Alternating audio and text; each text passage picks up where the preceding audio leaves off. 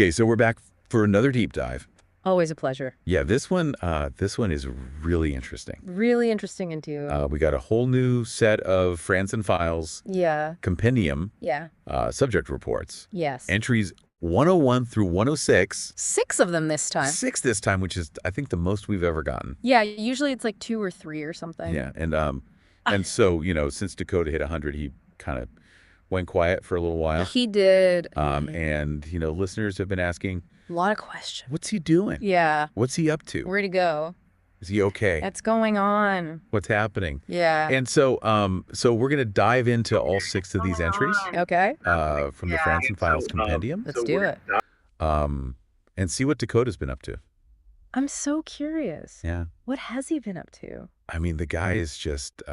Prolific. the things that he gets into are just wild. They are. And I feel like, Yeah. these latest entries really kind of take it up a notch even. Mm-hmm. Yeah, he's not just like looking into weird stuff anymore. It's like... Right. It's affecting his life. It's affecting his personal life. He's like making some really interesting moves in his professional life. Absolutely. I mean, we're seeing like these entries aren't just observations anymore. They're like driving his actions. Yeah, and that's really kind of the core of what we want to look at today. Okay. How are these explorations, these investigations, shaping who Dakota is and what he's doing in the world? Let's get into All right, so entry 101, it's called Findings of Valentine's Day Experiment with StarLight Amnesia. Catchy. Yeah, so you remember this, right? Vaguely a Figly and Rebel. So Dakota and Sarah Larson Yeah. released this album. Our weird love story. Yeah, on Valentine's Day. Of this year, right? 2025 through Bald and Bonkers Network, LLC. Yes. But it wasn't just like an album, There was something more to it. Yeah, they had this whole experiment going on. Right. And it was all about like, can music Influence behavior. yeah. But romantic behavior. Romantic behavior. Emotional behavior. Yeah. It means a very, very specific question. Right. What was interesting, though, is that he was actually going for, like, an increase in birth rates. Yeah. Like, that was the objective. Yeah, he was trying to see if this music... could get people in the mood.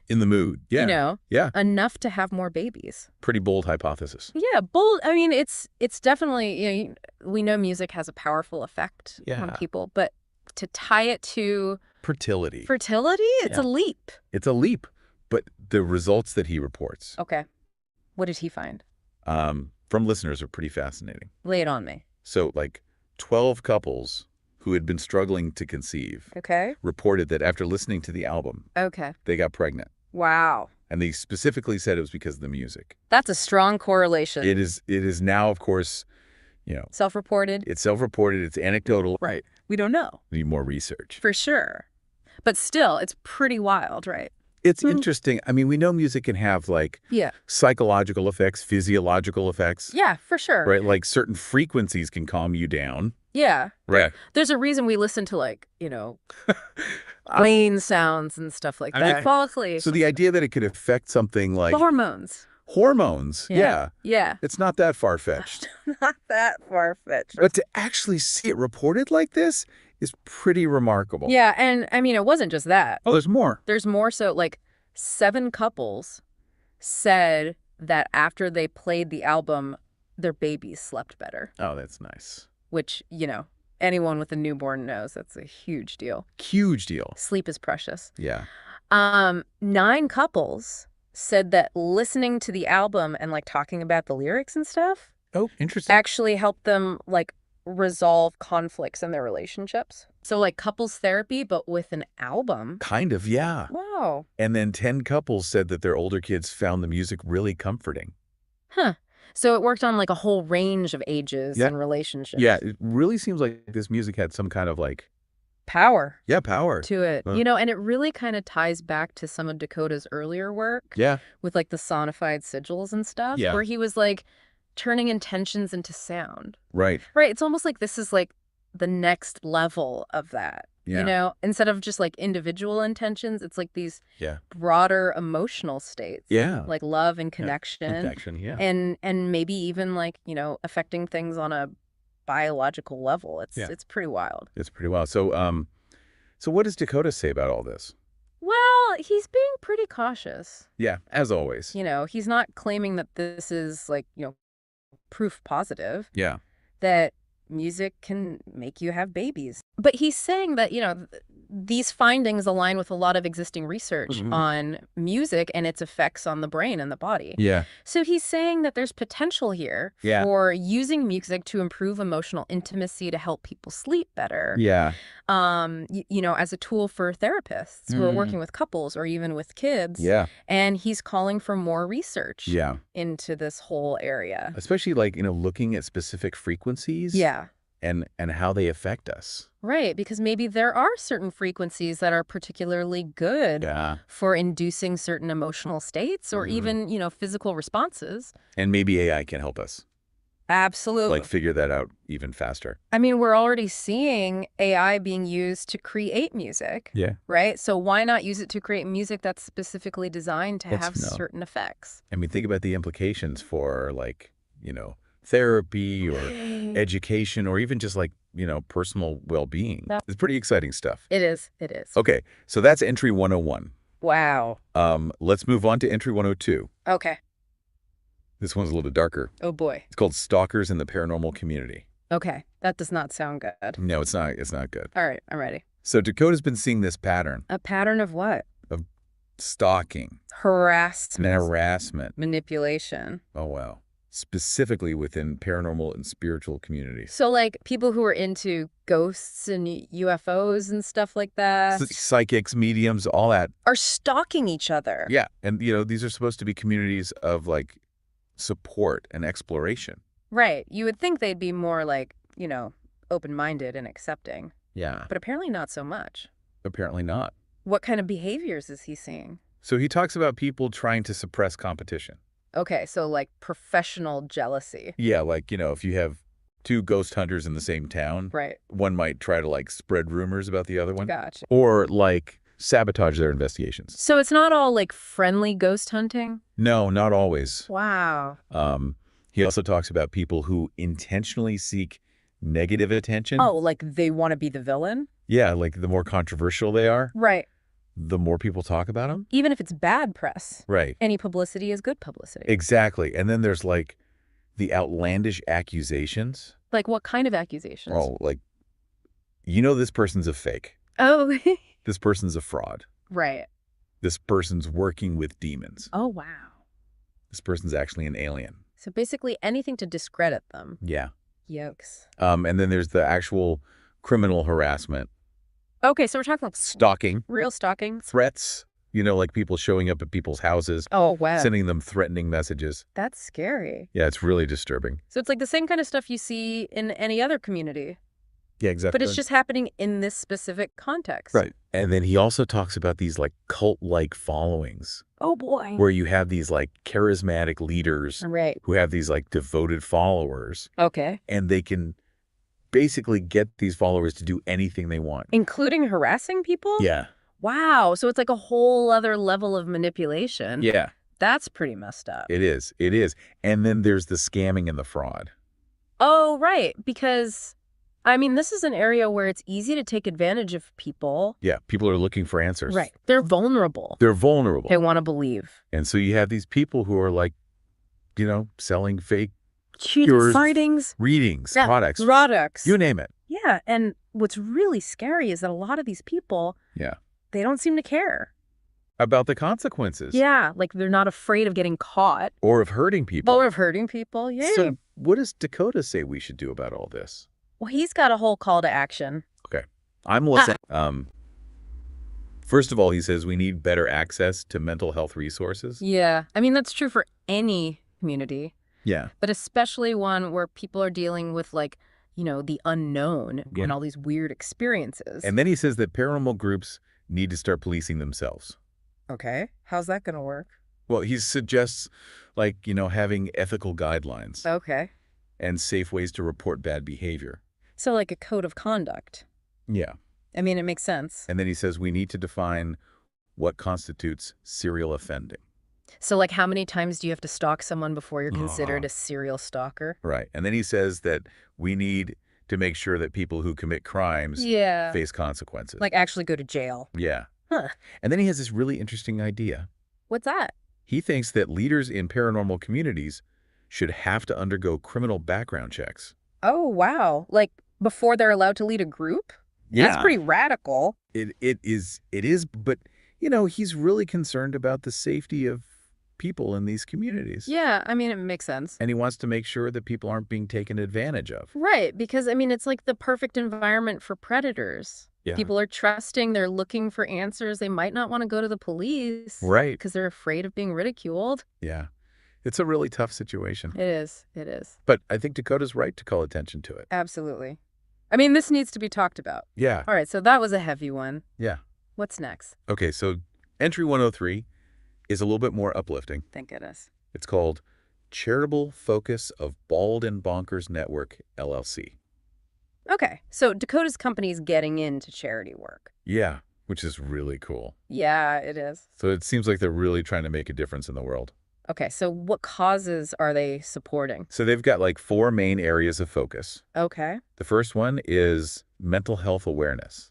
Makes sense given what we were just talking about. Right. So they're trying to like destigmatize mental illness. Yeah. And they're also trying to provide support for people who are struggling. Okay, that's great. The second area of focus is environmental health awareness. So like pollution and climate change. Yeah, and how those things affect human health. Right, because that's a big deal. Yeah, and they're also looking into the connections between environmental factors and paranormal experiences. Oh, that's interesting. Yeah, like could pollution be causing ghosts? Who knows? Right. But it's definitely worth exploring. Yeah. Okay, what else? The third area is space exploration and research. So like NASA and SpaceX and all that. Yeah, and they're also supporting the search for extraterrestrial life. Cool. Yeah. And then the fourth area is wildlife conservation and research. Okay. So they're trying to protect endangered species. Good for them. And they're also looking into cryptids.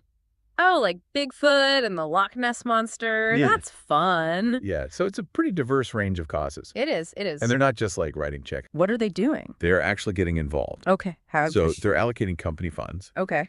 They're doing promotional partnerships with other organizations. Right. They're integrating these topics into their Bald and Bonkers Network Academy. Oh, that's smart. Yeah, so they're educating people. Yeah. And they're collaborating with experts and nonprofits. So they're really going all in. Yeah, they're really committed to this. That's impressive. Yeah, it's pretty cool to see. It is. It is. Okay, so that's entry 103. Right. What's next? Entry 104. Okay. This one is called FrandsenFiles Criminal Dossier. Oh, that sounds ominous. Yeah, so this is basically a registry A registry of what? of criminal behavior. Criminal behavior in the paranormal community. Yeah, so Dakota and Bald and Bonkers Network, LLC, have been encountering a lot of this stuff. The stalking and the harassment. Yeah, and the scamming and the fraud and all that. Right. And so they decided to create this dossier. To like document it all. Yeah, and expose it. Wow. So they're naming names? Well, sort of. How so? So the identifying information is encrypted for public access. Okay. But law enforcement has access to the full unredacted codex. Oh, so they can actually use it to investigate these people. Exactly. That's smart. Yeah, and the goal is to protect people, Right. to hold offenders accountable, Yeah. to help law enforcement, Makes sense. and to deter people from committing these crimes in the first place. So it's like a warning to anyone who's thinking about doing something shady. Yeah, like we're watching you. Big Brother is watching. Exactly. So this is a pretty big deal. Yeah, it's a really bold move. And potentially risky. Yeah. I mean, Dakota's not afraid to make enemies, He's definitely not. but he's also really committed to doing what he thinks is right. Yeah. I mean, he's putting himself out there. Yeah, he is. For the sake of protecting people. Yeah. That's admirable. It is. It is. Okay, so we're through 4 entries. 2 more to go. Let's do it. All right. So entry 105 is called Project Victorian Moonlight. Ooh, that sounds interesting. Yeah, this one is really different. Okay, tell me more. So it's a charitable initiative, Okay. and it's all about providing educational resources, Okay. skills training, All right. and financial empowerment. Financial empowerment. Yeah, for people who are facing extreme hardship. Okay, so like people who are in poverty. Yeah, or who are victims of war. Right. Or who are just struggling to make ends meet. So how did this whole project come about? So Dakota noticed that after the invasion of Ukraine, he was getting a lot more engagement from young Russian women on his social media. Huh. Interesting. Yeah, and then he noticed it again after his podcast series on the JFK documents. Which touched on Oswald's connections to Russia. Right. Okay. So maybe these women were interested in that part of history. Maybe, but then he started exploring platforms like OnlyFans. As part of his research for the Bald and Bonkers Network Academy? Yeah. Okay. And he discovered that a lot of the women he was interacting with were actually Ukrainian. Oh, wow. So they were using these platforms to make money. Yeah, a lot of them were displaced by the war. Right. Or they were still living in active war zones. So they were desperate. Yeah, and they were using these platforms to survive. Wow, that's heavy. Yeah, and they were really interested in Dakota's educational materials. But they couldn't understand English. Right. So that's when he came up with the idea for Project Victorian Moonlight. Okay, so what is the project? So the first phase is to create an online library of translated Bald and Bonkers Network LLC books. Oh, cool. So these women can actually learn from his work. Yeah, and they're making them available through the Internet Archive. So anyone can access them. Yeah. That's awesome. Yeah, and then they're also exploring collaborations with other charities. Okay. And they're staying in touch with these women. To see how else they can help. Yeah. This is a really beautiful story. It is. It's like, out of all this darkness comes this light, this hope. Yeah. And it's so cool that Dakota's using his platform to actually make a difference in these people's lives. Yeah, and it's really personal for him, too. Oh, how so? Well, he recently went through a separation. Oh, wow. Yeah, and he's actually hinting at the possibility of a new romance. With one of these Ukrainian women. Maybe. Wow, so this project has been really transformative for him. Yeah, seems like it. That's amazing. Yeah. Okay, so last entry. Last entry 106. Hit me. Victorian Moonlight, the book. So he's writing a book about the project? Yeah, but it's more than that. Okay, tell me more. So it's like a philosophical and psychological and social critique. Wow, so he's really going deep. Yeah, he's talking about manifestation. Okay. And the power of thought. Right. And the way society treats marginalized groups. So like sex workers? Yeah, especially sex workers. Okay. And he's really challenging some of the common misconceptions about these things. Like what? Well, for example, he talks about how people often think of manifestation as like this easy thing. Like you just wish for something and it appears. Yeah, but he says it's not that simple. Right, you have to put in the work. Yeah, and he uses his research on tulpas to illustrate this point. Oh, right, because tulpas are like thought forms that can become real. Yeah, but it takes a lot of time and energy and focus. So you can't just think about $1 million and expect it to show up in your bank account. Right. You have to actually work towards it. Yeah, and you have to be specific about what you want. And you have to believe it's possible. Right. Okay, so what else does he talk about in the book?